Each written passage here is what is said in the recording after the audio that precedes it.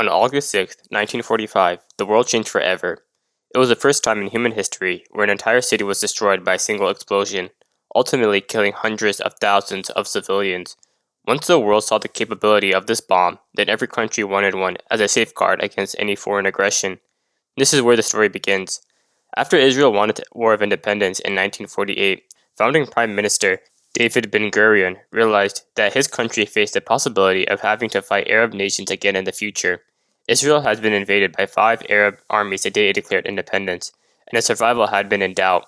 Ben-Gurion saw the need for an atomic capability to offset the numerical superiority of the Arab armies at war with Israel. He had watched Hiroshima and Nagasaki change the entire calculus of war, and he drew a clear lesson. A small nation could neutralize the demographic and geographic advantages of larger enemies with a single decisive deterrent. Inspired by the bombing of Hiroshima and Nagasaki and fueled by Zionism, Ben-Gurion ordered the development of a nuclear program. In the following year, 1949, a unit of the Israeli Defense Force Science Corps, known by the Hebrew acronym Hamid Gimel, began a 2-year geological survey of the Negev. While a preliminary study was initially prompted by rumors of petroleum fields, one objective of the longer 2-year survey was to find sources of uranium. Some small recoverable amounts were found in phosphate deposits. That year, Hamid Gimel funded 6 Israeli physics graduate students to study overseas, including one go to the University of Chicago and study under Enrico Fermi, who had overseen the world's first artificial and self-sustaining nuclear chain reaction. As early as 1954, Ben-Gurion was speaking obliquely and behind closed doors about the importance of, quote, science. Quote, it might be that our ultimate security world rests on that, but I will not talk about it any further. This could be the last thing that may save us, end quote. In 1955, he publicly said that, quote, the future of Israel was not dependent on what the Gentiles would say, but on what the Jews would do, end quote. In 1955, soon after Ben-Gurion came back to power as Israel's prime minister and minister of defense, he launched a secret feasibility initiative to determine whether and how Israel could build a nuclear infrastructure to support a program aiming at producing nuclear explosives. Ben-Gurion delegated this task to a young man whose name was Shimon Peres, whose formal position was the Directorate General of the Ministry of Defense. Peres was an unusual choice. He was not a scientist or a military man in the traditional sense, but a supremely gifted political operator and dealmaker. The Israeli Atomic Energy Commission was secretly established, and Prime Minister Ben-Gurion appointed Professor Ernst Bergman as its chairman. Bergman was Israel's leading nuclear scientist, a chemist who had provided the technical vision while Peres provided the diplomatic muscle. Within just 3 years, from 55 to 58, Peres did almost the impossible. He managed to transform the idea of a national nuclear program from a vague vision of the future into a real technological project in the making. An important element in Israel's nuclear program was France, and understanding why France cooperated requires understanding the geopolitics of the mid-50s. France in the 1950s was fighting a brutal colonial war in Algeria, where Egyptian President Gamal Abdel Nasser was openly supplying and supporting the Algerian rebels. France viewed Nasser as a direct enemy of French interest. Israel also viewed Nasser with existential alarm. He was rearming Egypt with Soviet weapons and rallying the Arab world against the Jewish state. This shared enemy created a natural alliance. France soon emerged as Israel's closest political ally during its early years. Peres was more at ease in European politics and social circles than some of his other colleagues. He had been exploring the possibility of defense cooperations with the French from earlier in the decade. The decisive turning point was the Suez Canal crisis of '56, when Egyptian President Nasser nationalized the Suez Canal. France proposed Israel attack Egypt and invade the Sinai as a pretext for France and Britain to invade Egypt, posing as, quote, peacemakers, but their true intent was seizing the Suez Canal back from Egypt. In exchange, France would provide the nuclear reactor as the basis for the Israeli nuclear weapons program. Peres, sensing the opportunity on the nuclear reactor, accepted. The Suez War militarily succeeded, but was politically catastrophic for Britain and France. The United States and Soviet Union together pressured them to withdraw. The Soviets even issued nuclear threats. This humiliation had profound consequences. It was in the context of the Suez campaign itself, when all 3 participants were subject to Soviet nuclear threats, is when France reinforced its own earlier 1954 decision to become a nuclear power and agreed to help Israel do the same. When Peres visited France in '56, the French were eager to help. They agreed to supply Israel with everything it needed to build a nuclear weapon: engineers, technicians, training, and even reactor. On October 30th, 1957, Perez finally signed the Dimona package, which included both hardware and technological aid. The small reactor that the CEA had initially planned for Israel was upgraded to a large plutonium-producing reactor of generally the same order as the G1 reactor at Markul. This was not a research reactor. It was a weapons-grade plutonium factory in the Negev Desert, 152 kilometers from Tel Aviv and 90 kilometers from Jerusalem, out of indiscreet sight. The Dimona complex was built, and the cover story wasn't even that convincing. Prime Minister Ben-Gurion declared that the reactor's purpose was to provide a pumping station to desalinate 1 billion gallons of seawater annually and turn the desert into a, quote, agricultural paradise. The deception ran so deep that 6 of the 7 members of the Israeli Atomic Energy Commission promptly resigned, protesting that the reactor was a precursor to, quote, political adventurism, which will unite the world against us, end quote. To fuel the reactor, Israel needed heavy water. Israel obtained resources from Norway, which gave them heavy water to moderate the Dimona reactor. Additionally, in 1960, Norway repurchased 20 tons of heavy water from the UK and exported it to Israel. But something changed. France's cooperation could not last forever. The rise of nationalist President Charles de Gaulle in 1959 put the cooperation between Israel and France at risk. President de Gaulle requested that the Dimona be open to international inspections and imposed it as a condition for future collaborations that Israel would stop repurposing plutonium. But Perez was nothing if not resourceful. In 1962, Perez persuaded the French to sell Israel to its first ballistic missile. But by then, Charles de Gaulle was president, and he was not happy about the nuclear deal with the Israelis. He ordered it to be stopped. Perez worked around him. His persistence and contacts paid off once again. The program managed to continue with French cooperation for another 2 years or more, after de Gaulle ordered it halted. Through a 2-year negotiation between Shimon Peres and the French Foreign Minister Maurice Gauvel de Merville, Peres secured France's cooperation until 1966, but the supply of uranium ended in 1963. Due to this, Israel decided to buy uranium from other countries, such as Great Britain and Norway. In 2006, BBC Newsnight reported that the UK made hundreds of shipments of restricted materials to Israel during the 50s and 60s, but the American response would have the most to play in Israel's nuclear arsenal.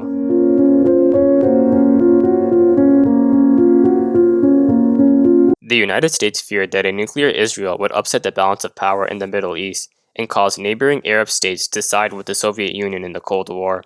The Eisenhower administration was disapproving. The Kennedy administration actively opposed it. At a meeting with Kennedy in Manhattan in May 1961, Ben-Gurion allegedly assured the American president that Israel had, quote, no intention to develop weapons capacities now, end quote. Kennedy pushed hard for inspections at Dimona, and the Israelis allowed American visits, but they were repeatedly deceived, the inspectors concealing the true scale and purpose of the facility. This was done by Israeli officials. They would brick up doorways, install false walls, and seal off entire floors, most importantly the underground levels where the weapons-related work was happening. Inspectors were shown only sanitized areas that appeared consistent with a civilian reactor program. The Israelis also carefully managed which parts of Dimona the Americans could actually enter. The underground repurposing plant, where the plutonium was separated, was essentially hidden from view. Inspectors were guided along pre-approved routes and had no freedom to roam independently. Israel negotiated to limit how often inspections occurred and gave advance notice requirements that allowed preparation time before each visit. This was very different from the kind of snap, unannounced inspections that would have made concealment much harder. All this was done to lie and convince Kennedy that the Israelis only cared about energy production and not nuclear weapons. Israel's nuclear policy was conceived spontaneously when a young Deputy Defense Minister, Peres, was confronted by the President Kennedy at the White House on April 2nd about the Jewish state's rumored ambitions to become a nuclear power. Peres' response was, quote, I can say to you clearly that we shall not introduce atomic weapons into the region. We will certainly not be the first to do so, end quote. Not long after this meeting, JFK was assassinated. This was convenient for the Israelis, because JFK's successors were much more friendly to their agenda. After Harvard professor Henry Kissinger met with top Israeli officials in January 1965, he told U.S. diplomats at the embassy in Tel Aviv that he was near certain Israel had begun a nuclear weapons project, adding that Israeli scientists were, quote, very certain that such weapons were necessary and that they know how to make them, end quote. But before Israel had formally completed its arsenal, the 1967 crisis brought the bomb into play for the first time. Egypt's Nasser had blocked the Strait of Tehran, massed troops on the Sinai border, and was calling for Israel's destruction. War was coming, and Israel feared the Arab armies might overrun the country before it could respond. Israel is reported to have had 2 bombs in '67, and Prime Minister Eshkol ordered them armed in Israel's first nuclear alert during the Six-Day War. They were hastily assembled, but in the end they weren't needed. Israel launched a preemptive strike on June 5th, destroying the Egyptian Air Force on the ground in hours, and the war was over in 6 days with the Israeli victory. But the nuclear dimension had a subtler effect on the war's course. Arab strategies and war aims in 1967 may have been restricted because of a fear of Israel's bomb and the undeclared nuclear option. The Egyptians planned to capture an eastern strip next to the Suez Canal and then hold it. The Syrians did not aggressively commit more forces to the battle or attempt to drive through the 1948 Jordan River border to the Israeli center. Both countries seemed not to violate Israel proper, as if avoiding triggering one of the unstated Israeli reasons to employ nuclear weapons. After 1967, with the deception of American inspectors successfully maintained and the Nixon-Murr understanding in place, Israel moved from having a handful of crude devices to building a genuine arsenal. Moshe Dayan, who was the Minister of Defense, gave the go-ahead for starting weapons production in early '68, putting the plutonium separation plant into full operation. Israel began producing 3 to 5 bombs a year. The Doma facility was quietly expanding. The underground plutonium repurposing plant went into sustained operation. Israel was now, by definition, a nuclear weapons state. But there was another close call. On October 6, 1973, Egypt and Syria launched a massive coordinated surprise attack.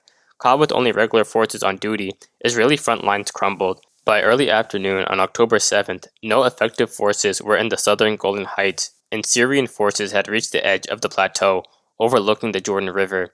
The psychological collapse of Israel's leadership was nearly total.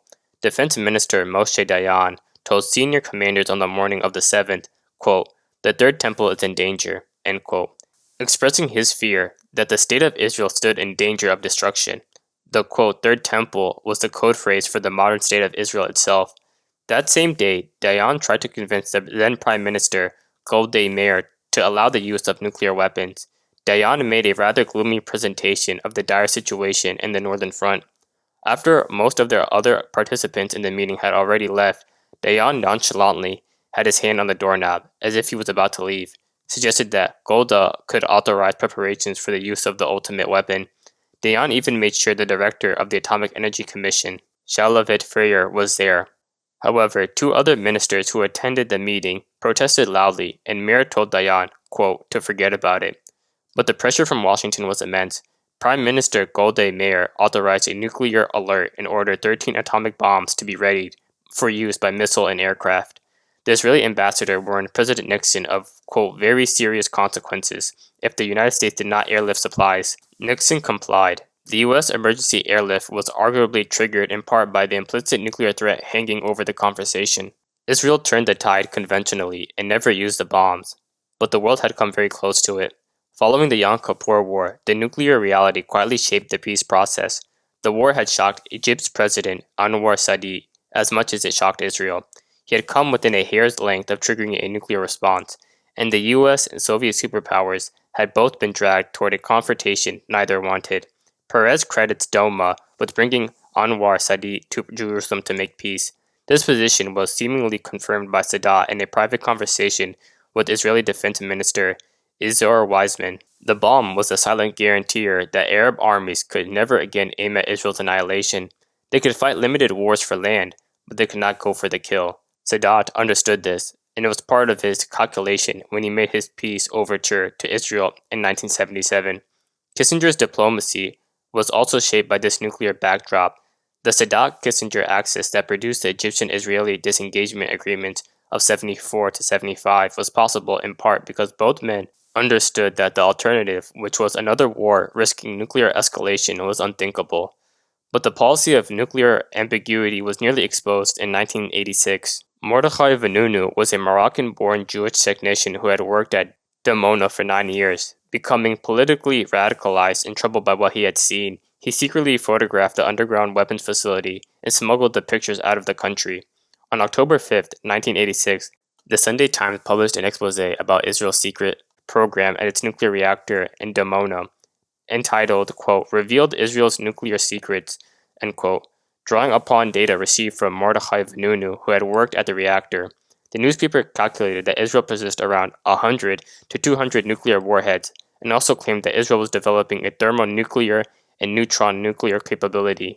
Vanunu's data showed a sophisticated nuclear program, over 200 bombs, with boosted devices, neutron bombs, F-16's deliverable warheads, and Jericho warheads. He revealed for the first time the underground plutonium separation facility where Israel was producing 40 kilograms annually, several times more than previous estimates.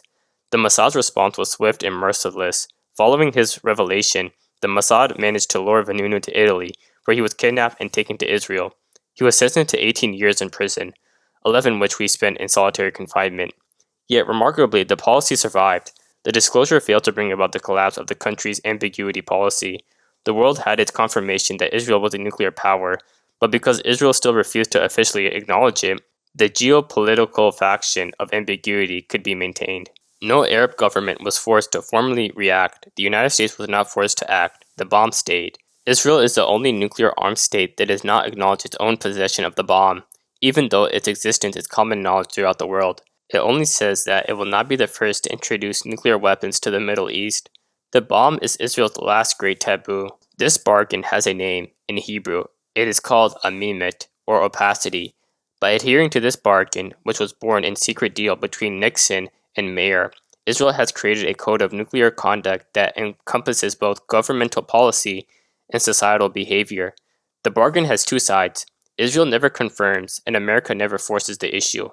Israel neither affirms nor denies its possession of nuclear weapons. Indeed, the government refuses to say anything factual about Israel's nuclear activities, and Israeli citizens are encouraged both by law and by custom to follow suit. And so they do, primarily through government censorship and self-censorship by the media. When Nixon took office in January 1969, the U.S. intelligence community had concluded with near certainty that Israel had crossed the nuclear threshold. The newly ratified Nuclear Non-Proliferation Treaty was the centerpiece of American foreign policy on arms control. Every other ally was being pressured to sign, but Israel had flatly refused. Something had to give. Kissinger issued NSSM 40, titled Israeli Nuclear Weapons Program, on April 11, 1969. In it, he asked the national security bureaucracy for a review of policy options toward Israel's nuclear program. The issue was taken up by a senior review group chaired by Kissinger that included CIA Director Helms, Undersecretary of State Elliot Richardson, Deputy Defense Secretary David Packard, and Joint Chiefs Chairman Earl Wheeler. The conclusion was nearly unanimous. Israel needed to be pressured to sign the NPT and halt the program. The State Department and Defense Departments agreed that Israel should sign the NPT and keep its nuclear program in check. They also agreed that Israel should make private assurances to the United States not to produce any nuclear weapons. But Kissinger already decided on a different outcome. He deliberately excluded the head of Arms Control and Disarmament Agency from the process. Kissinger conveniently omitted the government's chief arms control, Gerard C. Smith, the head of the Arms Control and Disarmament Agency, perhaps because he was worried that Smith might align with Laird, which could make it more difficult for the White House to choose a soft approach to Israel. But then came the September 1969 meeting. The documents outline how the American administration worked ahead of the meeting between Nixon and Mayer as officials came to terms with the three-part Israeli refusal to sign the Non-Proliferation Treaty, to agree to American inspection of the Dimona nuclear facility, and the condition of delivery of fighter jets on Israel's agreement to give up nuclear weapons in exchange for strategic ground-to-ground Jericho missiles capable of reaching Arab capitals. The officials withdrew step after step from an ambitious plan to block Israeli nuclearization until they finally agreed to the recognition of Israel as a threshold nuclear state. The terms of what was agreed to have never been officially released, but the outcome is clear.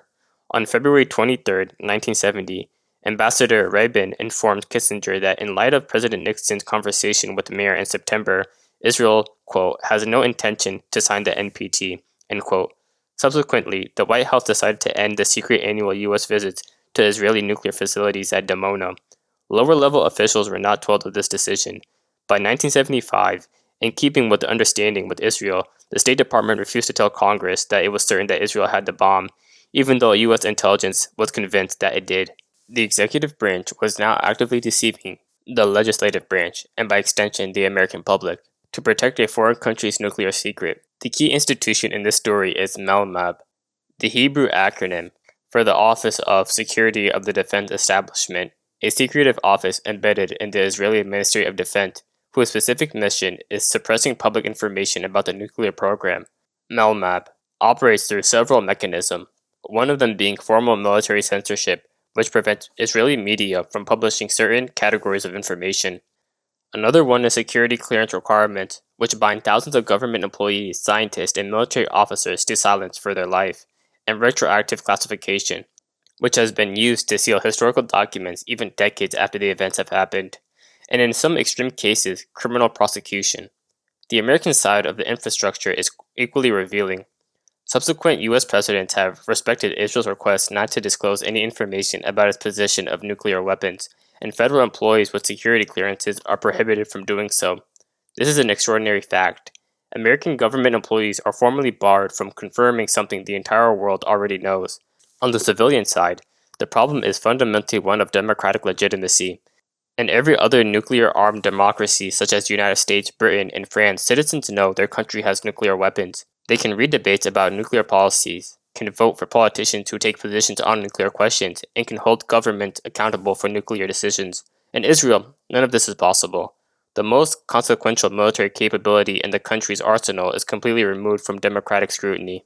You might be wondering why any of this information matters.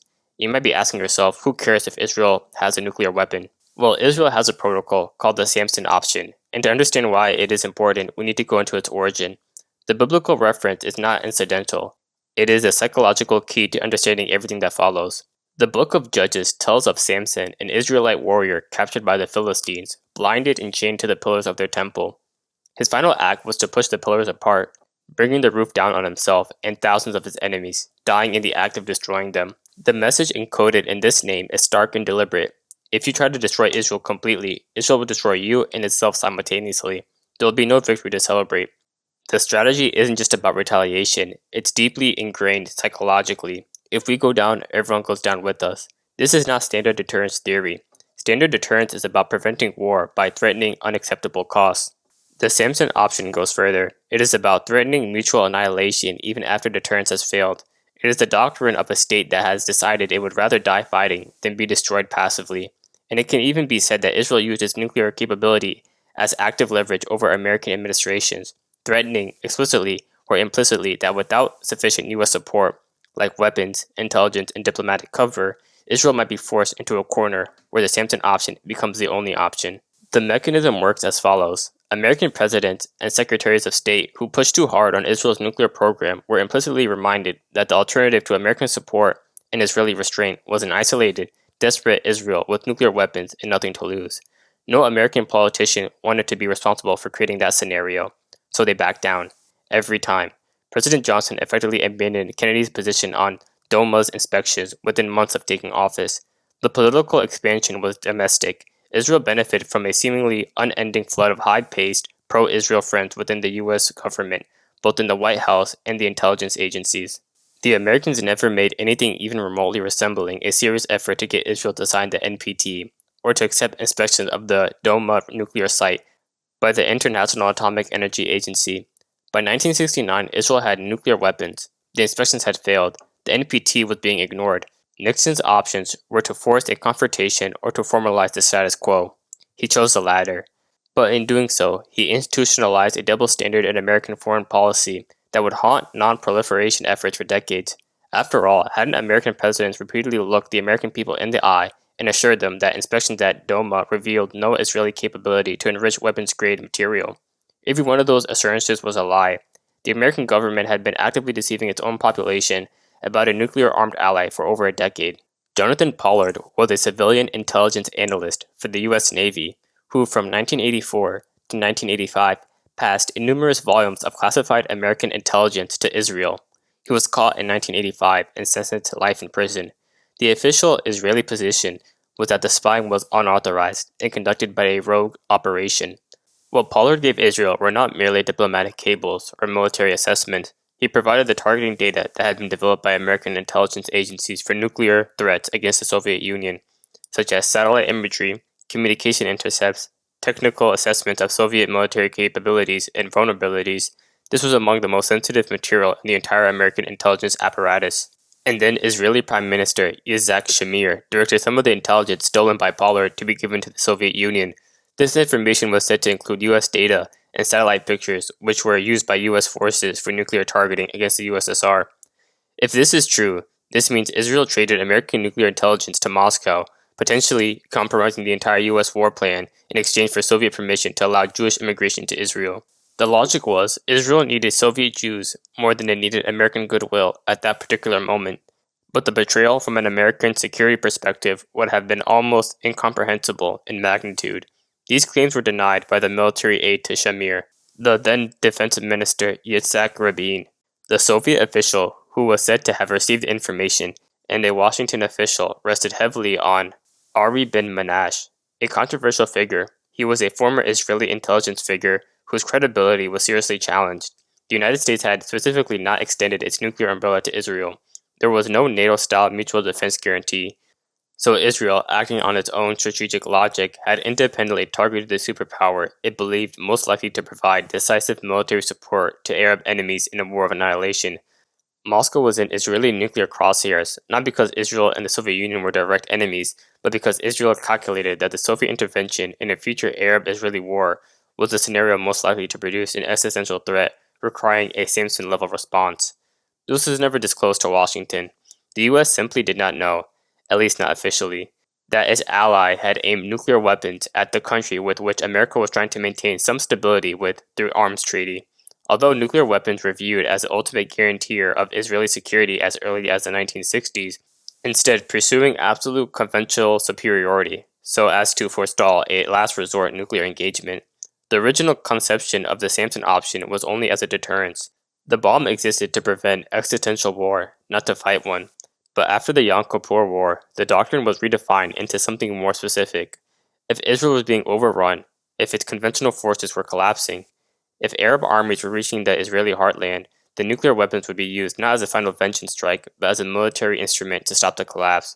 The threshold was not the destruction of the state, but the imminent prospect of it.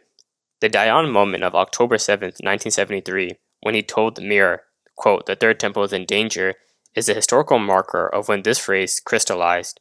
With the development of the Jericho missile systems, Israel's nuclear reach extended beyond the immediate neighborhood to include the Soviet Union, and by implication, any superpower that might intervene militarily on the Arab side.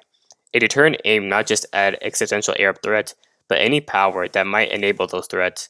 The delivery system are land-based Jericho ballistic missiles, capable of reaching from Cairo to Moscow. Aircraft delivered weapons such as F-15s and F-16s on nuclear strike missions, and most importantly, for the doctrine's credibility, submarine-launched cruise missiles, providing a second strike capability.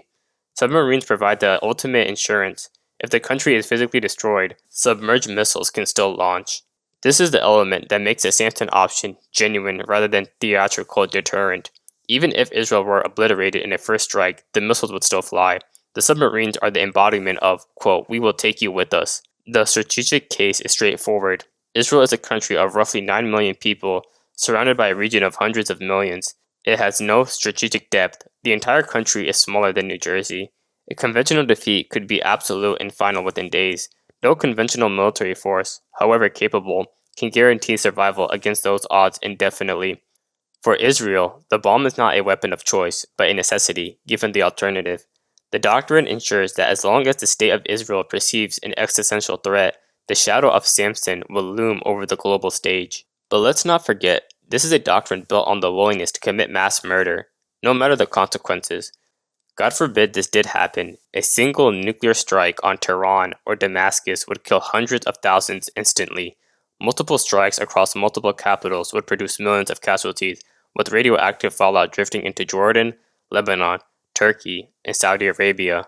The physical scale would be unlike anything since Nagasaki, but in a region with more population densities. This would also hurt the economy. The primary point of failure would be the Persian Gulf oil infrastructure.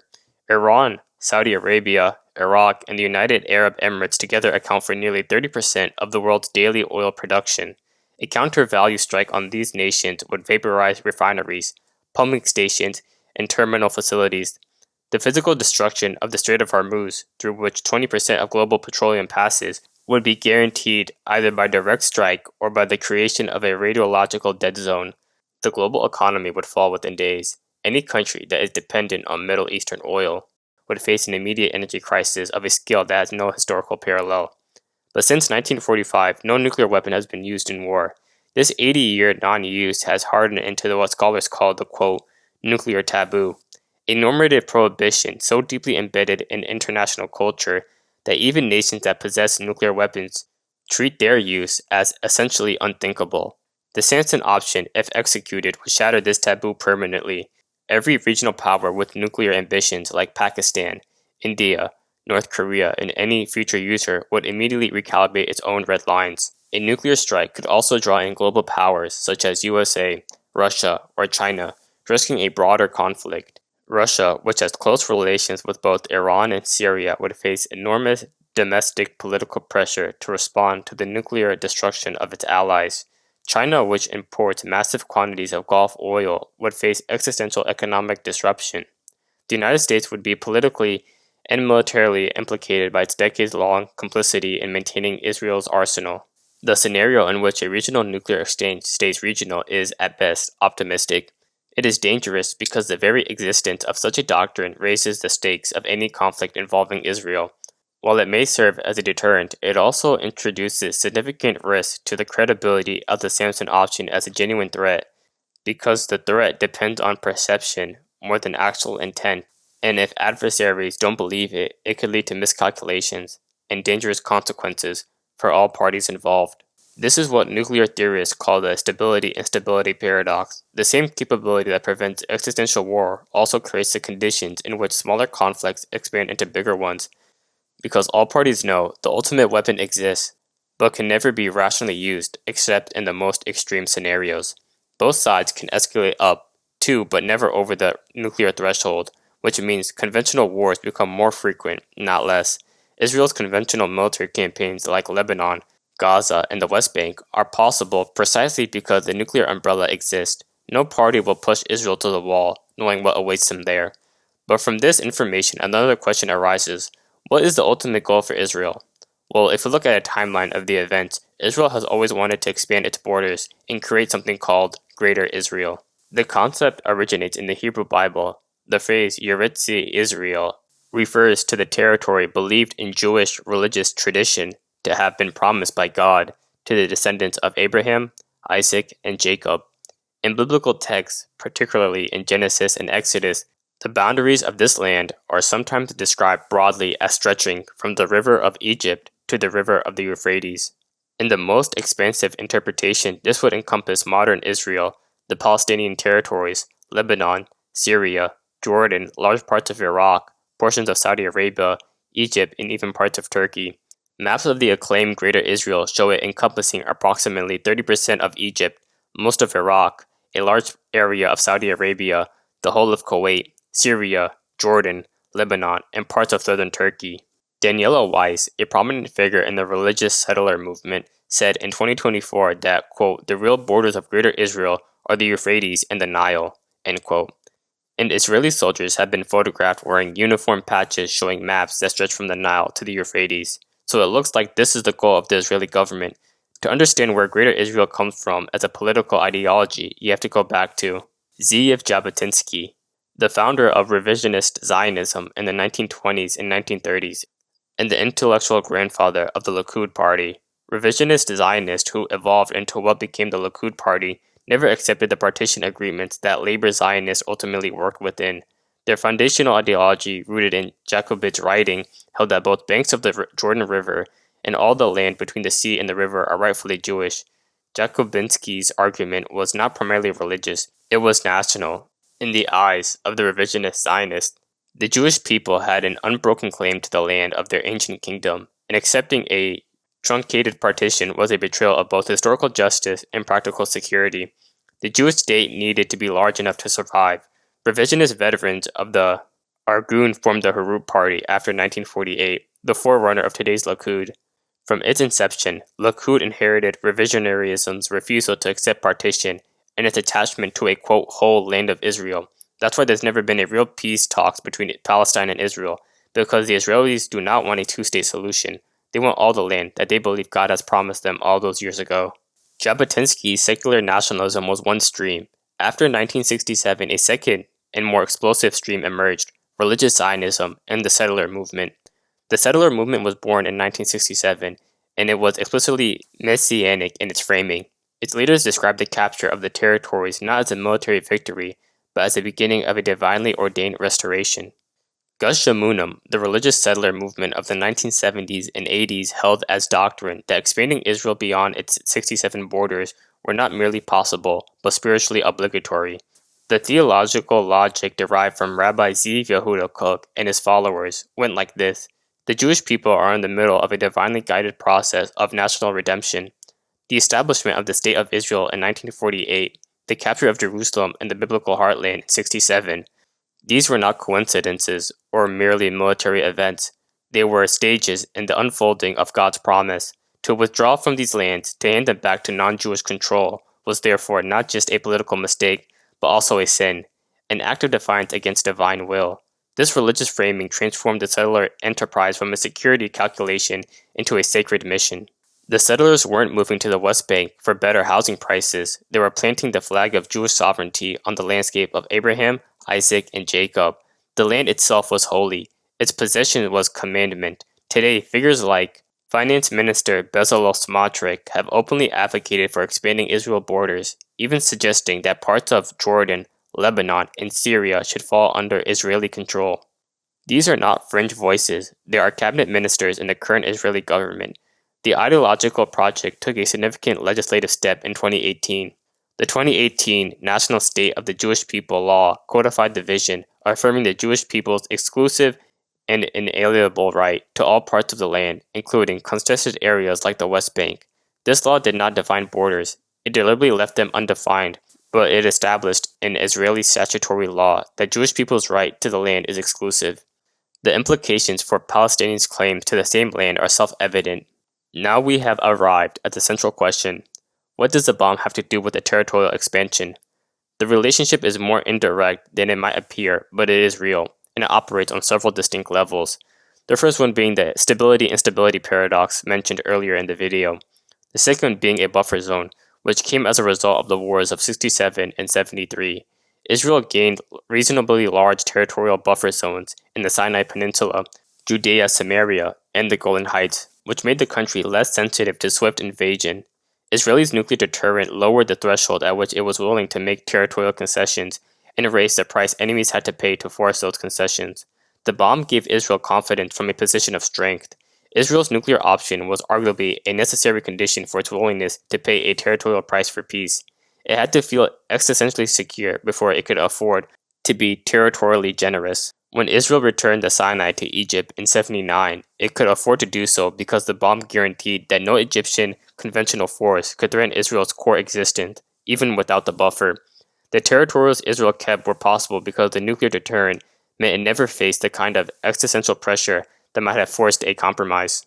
No Arab coalition could threaten Israel to a sufficient degree to comply with withdrawal from territory it strategically wanted to hold. But perhaps the most underappreciated connection between the bomb and Greater Israel is what is formally called the Begin Doctrine. This is Israel's policy of preventing any regional rival from acquiring nuclear weapons, enforced through preemptive military strikes. Under its Begin Doctrine, Israel carries out preventive strikes against regional actors it suspects of developing nuclear weapons. The Israeli Air Force conducted Operation Oprah, which destroyed the pre-critical Iraqi nuclear reactor in 1981, and Operation Orchard, which destroyed a Syrian nuclear reactor in 2007. The Begin Doctrine is fundamentally about maintaining Israel's nuclear monopoly in the Middle East, and that monopoly is central to the Greater Israel Project in the following way. If any Arab state or Iran were to acquire nuclear weapons, the strategic calculations that currently allow Israel to conduct a conventional military operation under a nuclear umbrella would change entirely. A nuclear Iran, a nuclear Saudi Arabia, and a nuclear Egypt, any of these would immediately neutralize Israel's ability to conduct the kind of low-risk military expansionism that the current situation permits. The bomb is not just a defensive instrument. It is a guarantor of Israeli regional hegemony. and regional hegemony is needed for territorial expansion. The bomb keeps the great powers from intervening decisively against Israel's interests, and without that intervention, there is no external force capable of compelling Israel to reverse territorial gains it wants to hold. It is important to remember the bomb did not cause the settlement enterprise.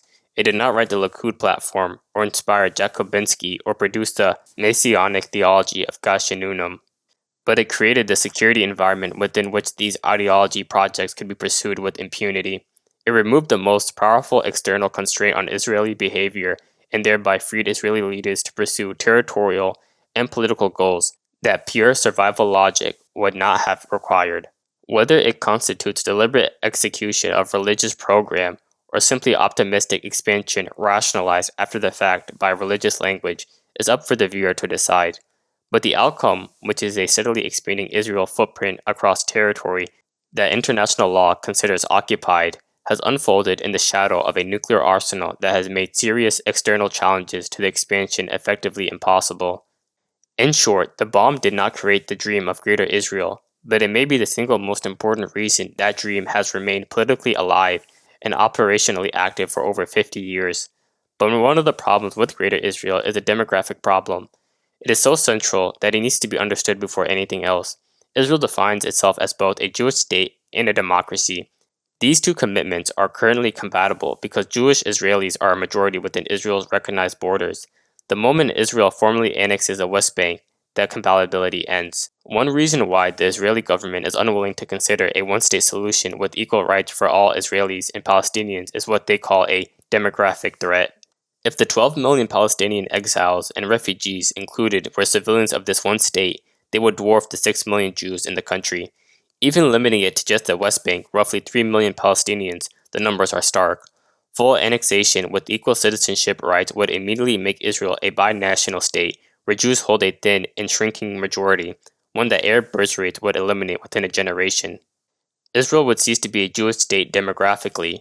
This produces the three-option trap that every Israeli leader since '67 has recognized and none has resolved.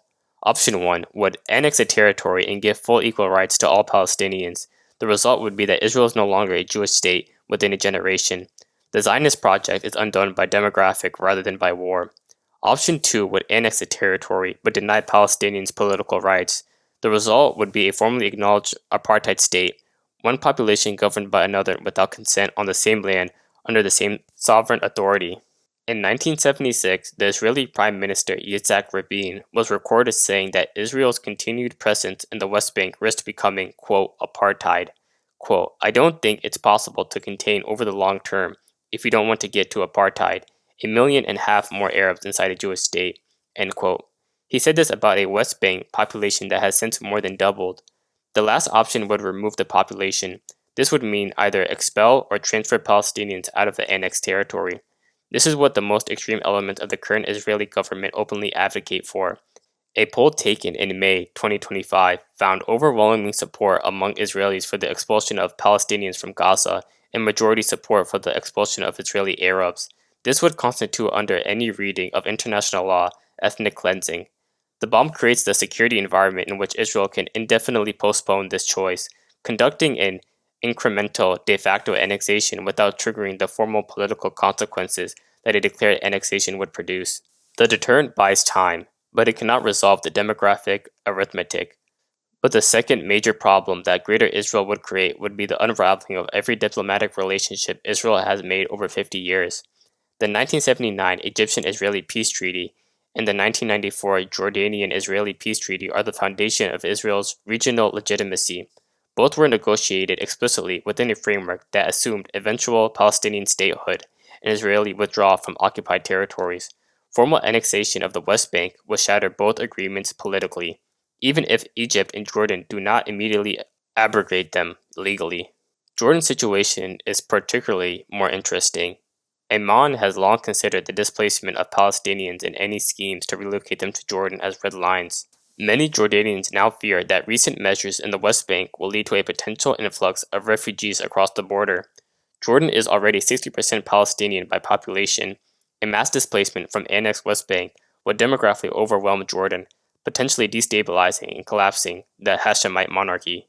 The fall of Jordan's government would put a hostile power on Israel's longest border, eliminating the buffer that has kept the Eastern Front quiet since 1994. Egypt faces analogous pressure from Gaza. Egypt has opposed potential Palestinian displacement from Gaza and is reportedly concerned Israel might target Hamas members in Egypt. The Egyptian government cannot accept a mass Palestinian influx into the Sinai, delegitimizing itself domestically, and yet it also cannot militarily confront Israel. The result is a frozen hostility that, under the pressure of full annexation, will likely break the peace. The Abraham Accords represent Israel's recent diplomatic achievement. They are also explicitly conditional on Israel not formally annexing the West Bank. The UAE warned that annexation of the West Bank would be a quote red line that would severely undermine the Abraham Accords, saying there quote can be no lasting peace end quote if annexation occurs. Annexation of the West Bank areas could significantly jeopardize any future chance of an agreement between Israel and Saudi Arabia. The survival of the Abraham Accords is not guaranteed under all circumstances. Saudi Arabia has been even more categorical. Riyadh conditions normalizing on the establishment of a Palestinian state, or at least some steps towards a two-state reality. Full annexation would permanently end any prospect of Saudi normalization, removing the single most valuable diplomatic prize within Israel's reach, and with it, the anti-Iran regional alignment that both Israel and the United States have been constructing. Both the immediate neighborhood, Greater Israel, would produce unprecedented international legal consequences. The UN High Commissioner for Human Rights has stated that, quote, Israel's settlement policy, its acts of annexation, and related discriminatory legislation and measures are in breach of international law. As the International Court of Justice has confirmed, end quote, formal annexation would trigger ICJ jurisdiction in ways that current occupation law partially insulates Israel from. Liberal Jewish Americans will struggle to defend an Israel that has many characteristics of apartheid, and their protests will have practical effect over time. The American Jewish community, historically one of the most powerful bases of political support for U.S.-Israeli relations, is already deeply fractured over settlement policy. Formal annexation would accelerate that fracture dramatically, eroding the domestic American political support that makes the strategic relationship sustainable across administrations. Israel's current political coalition is built precisely on the annexation project, but Israel's society is not monolithic. The question of whether territorial expansion constitutes a deliberate execution of religious program or simply opportunistic expansion, rationalized after the fact by religious linguists, is genuinely contested within Israel. A state that controls all the land it wants, but governs a population it cannot integrate. In a region it has diplomatically alienated under international sanctions, they cannot simply bomb them away. With an internal society fracturing between Masonic settlers and secular liberals, sustained only by American support, that itself becomes increasingly difficult to maintain as the moral questions start to compound. The vision of Greater Israel is definitely not a peaceful one. It is a vision of permanent war, conquest, and settlement, an ideology that threatens Israel's neighbors and forecloses any hope of peace in that region. Thank you for watching till the end. Let me know what you think about this topic in the comments below. If you like this type of content, subscribe for future videos.